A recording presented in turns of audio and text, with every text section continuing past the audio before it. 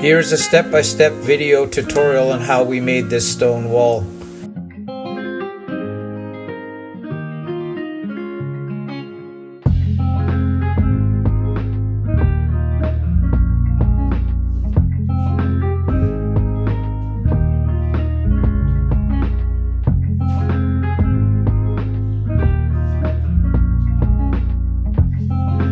Yeah, so we have our baseboard and our flooring. That's where our starting point is, and we want to end up here. This is level on the top, so we're going to basically take a simple measurement, and I want to divide it into 4 panels. So I've got a measurement of 79 inches. We're going to divide it by 1, 2, 3, 4 panels, so 79 divided by 4, and I have to take away 1.5 inches, so 3 of these, so 1, 2, 3. So that leaves me with 77.5 inches. If I divide that by 4, I end up with 19.375. Yeah, I'm going to show you how I'm going to turn this piece of drywall into limestone blocks. And it's still going to be very thin, but it's going to be visually very delightful. So I've got my first slab laid out. Gonna mark 1/2 inch. By the way, it just happens to be the same width of the pencil. And I'm gonna go 19.375 again. And I've got a mark on my tape measure where it is. And I'm gonna go 1/2 inch. So these guides are for my laser line. I'm gonna use a laser on these so I don't have to mark up my wall too terrible.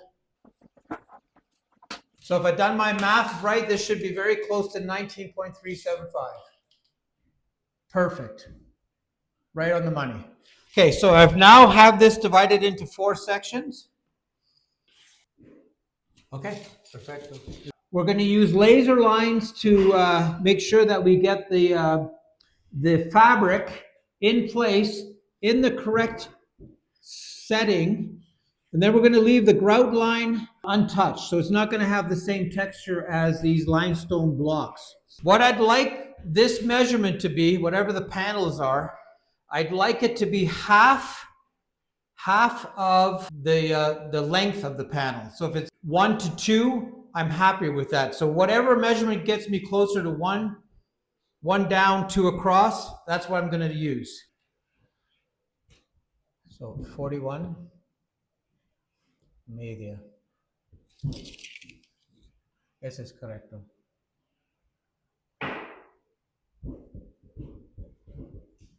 Ok, vienes aquí. 41. 41, media. Ok, viene aquí. Wow.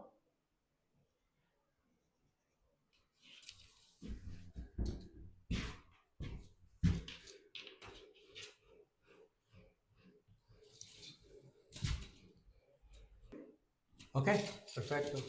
Yeah, so what we do is we mix this vinyl solids. It's like a sealer. Every country has this type of product. It's acrylic resin, vinyl resin that is very strong for finishes. It's almost impossible to mark it or to get it dirty. So what we do is we take 50% white Portland cement and 50% of this vinyl solids, and we mix them together. I'll do a little bit here. I put the vinyl first. It's like a sealer. It's very, very potent, very strong material. I add 50% of the white Portland cement. They don't like to mix so easily, but you just got to keep at it. And one movement that's really important is this squishing. You get rid of the little elements of the white Portland, the roundness of it. So after, like, I don't know, 2 minutes, 3 minutes, you get this beautiful paste. Very, very rich paste.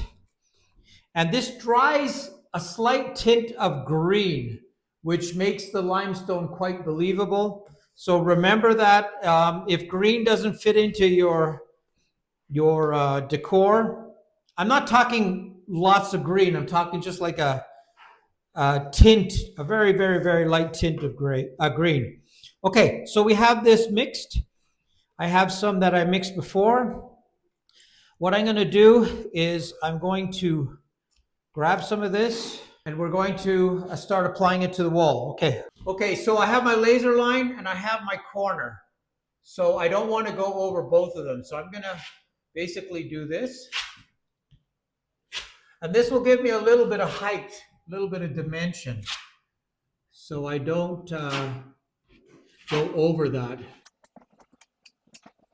Okay, there's my start. I got material everywhere because I'm going to put tape over top of this. So I need it to be rich and wet. I can't have any spots that don't have any material. Okay, I need to get to this corner. And then we're going to run the laser this way down so we can see better. Okay, so this is a really strange drywall tape. You can use regular drywall tape, but I like to use this because it has this really weird texture to it. You can actually see through it. That's how loose it is. And this gets super hard once it dries out. Like once this cement plaster mix dries out, it turns completely hard. Okay, I'm going to cut this right at the seam. Okay, so there's my first piece that makes this fake limestone slab stand out higher. So we're going to finish this one off so you can see how it works. So I'm going to use the cement with the vinyl resin. I'm going to use this, it's a cement, a drywall compound for exterior that is also loaded with resin, so it's a very strong material. It's a very dull color, which looks like stone. And then I'm going to accentuate it with some white latex material. Again, lots of resin in this. And so I have all three materials that are very related to each other, so they're going to stick like crazy. So I need to come down. I'm going to put the laser on there in a second, but I'm just going to apply this next piece of fabric. Of course, I'm in my own light here with the laser, so I have to move. So I'm going to go this way to complete the square. Okay, fabric. And make sure to use the laser to your advantage. Because if you install this fabric crooked, it's going to show up forever. So do a good job. Take your time.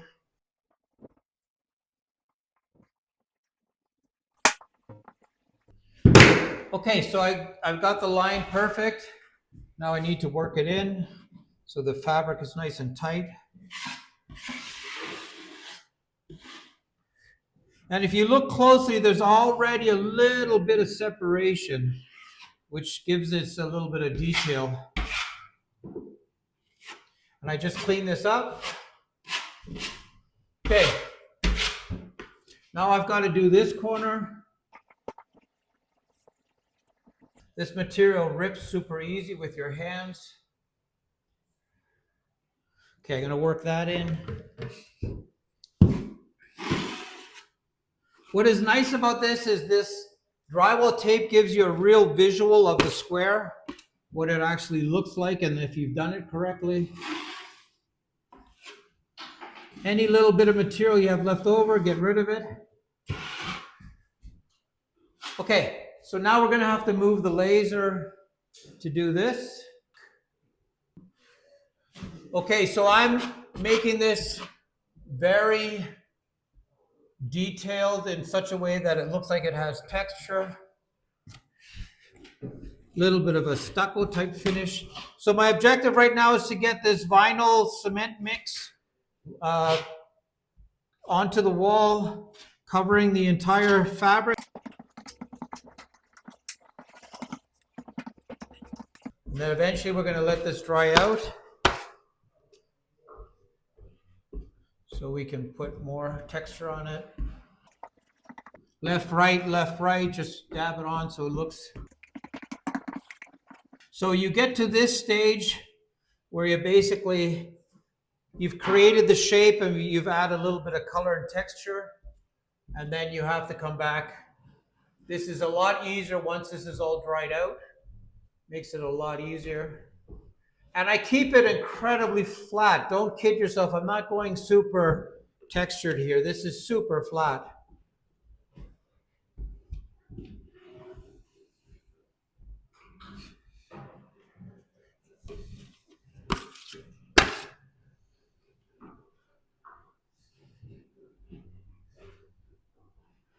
So when you do each square, you sort of have to keep up the same rhythm, like what goes on first, what goes on second, what goes on third. And this gets rubbed with the trowel, and that makes this really come alive and look real.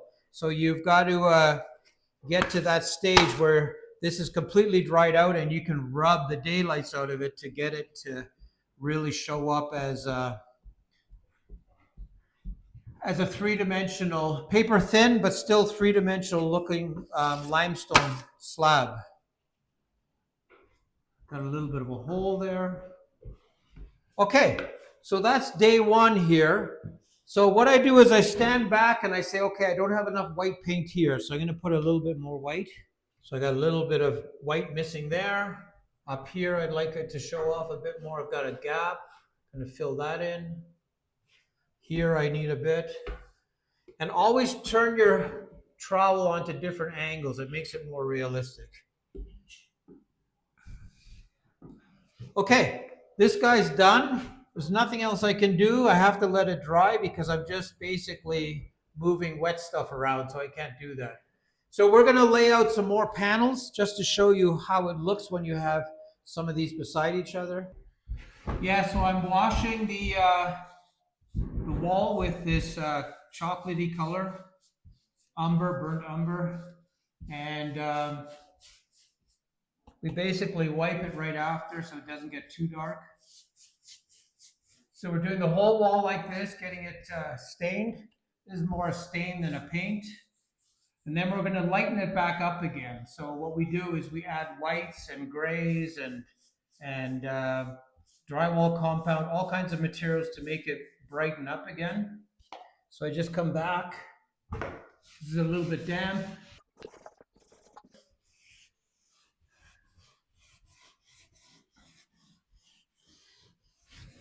That's what we want it to look like. Bring some of the light back. Okay, and that's what we start with to decorate. This seam or grout line is going to be darker with a shadow. We'd like to get it cleaned as well. So we do that. We go throughout the whole wall with this brown, and we come back and lighten it up. Okay, so we've ended up at this color here, which is very powerful, so we need to knock it down. A lot of artists do this. They'll have like a powerful background and then they'll wash it into something that is less powerful and less overwhelming. So we have this type of finish here, and we come back with water mixed with Portland cement, and it gives me a really nice gray wash. So it will knock down the whites and the browns and make them a lot less overwhelming. So this is the stage we're at. We're going to knock all this down. And it's funny when you go back to seal this with a sealer, all the colors come back. It's very mysterious. You'll get all these colors coming back in a stronger form. But since you've knocked everything down and created a unified surface, when you put the varnish on here, it looks a lot more closer to each other, but the details do start to show up again. So we're going to finish staining the wall, and then I'm going to start varnishing this so you can see how beautiful the colors are when they come back to life. We might add some color back. We're not sure yet. Have to see how the varnishing goes. The varnishing creates more or less a wet look. It makes this look like it's a polished marble or a shiny marble. So that's what happens when you varnish this. Yeah, so we've laid out all the joint lines. And when you peel back the masking tape, you get this really nice, beautiful black line.